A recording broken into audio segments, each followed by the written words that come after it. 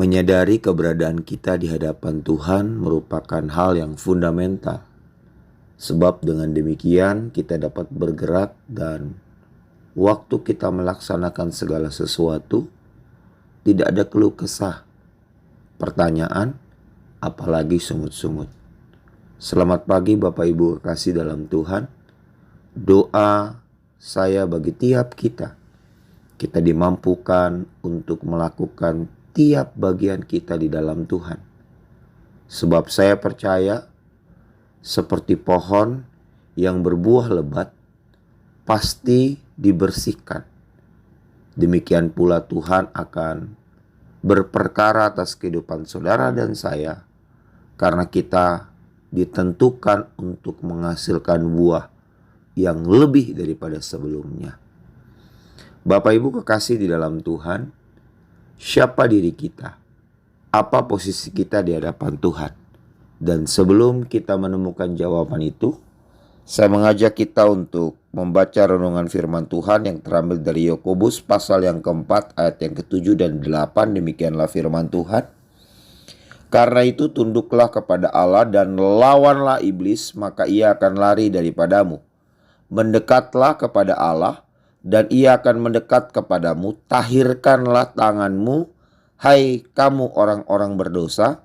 Sucikanlah hatimu, hai kamu yang mendua hati. Kebenaran firman Tuhan yang menuntun Bapak Ibu saudara-saudara semua yang diberkati Tuhan pada pagi hari ini berkata, tunduklah kepada Allah.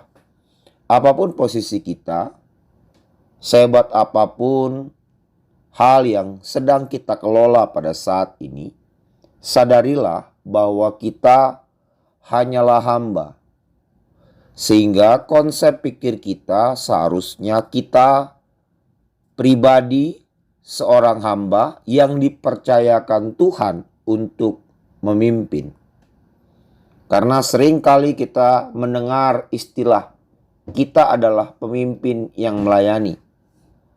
Wah, kalau jadi bos memang bisa sih nyetirin sendiri mobilnya. Bos bisa juga buka pintu untuk mempersilahkan karyawannya masuk.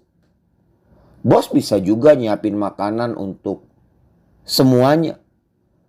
Tapi itu bukanlah posisi yang terus-menerus melekat pada orang itu.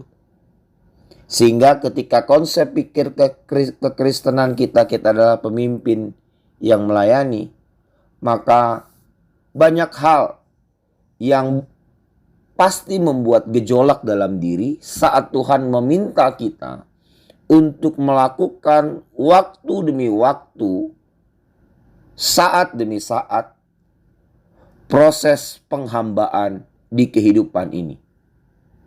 Namun berbeda kalau kita menyadari kita adalah seorang hamba yang dipercayakan Tuhan untuk melayani. Maka kita tidak akan pernah bersungut-sungut. Kita tidak akan pernah letih. Kita tidak akan pernah memilih-milih.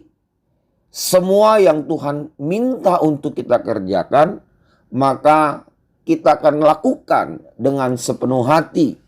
Karena kalau konsep seorang hamba, ia akan melakukan bagiannya.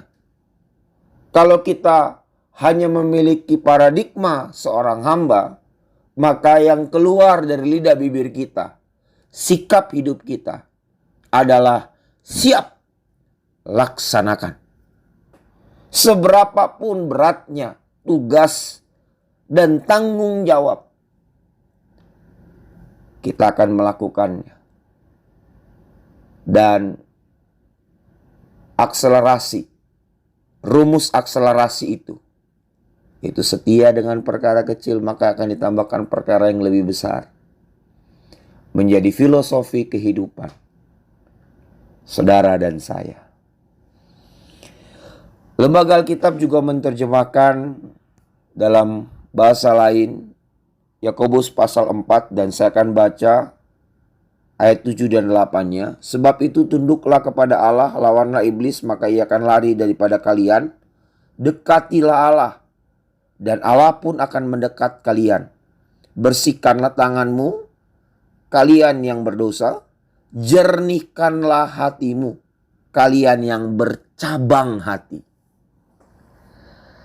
Yang pertama Bapak Ibu, kalau kita tunduk kepada Allah, maka posisi kita akan selalu mendekat kepada Sang Tuhan. Sama seperti seorang hamba pada umumnya, seorang asisten, seorang ajudan, gak pernah jauh dari sosok pemimpin. Demikian pula seharusnya dan sepatutnya kita. Dalam tindakan seperti apakah kita mendekatkan diri kepada Tuhan? Dalam pengharapan, dalam perenungan, dalam doa. Kalau kita mengisi kehidupan kita dalam pengharapan kita sama Tuhan, dalam perenungan-perenungan atas tuntunan yang Ia kasih, demikian pula kita mendekat waktu demi waktu. Jangan kalah dong sama saudara-saudara kita sebangsa ini yang menjadi pemeluk mayoritas agama di Indonesia. Mereka punya standar 5 waktu. Saudara dan saya harus memacu diri lebih karena persekutuan kita dengan Tuhan itu tidak dibatasi.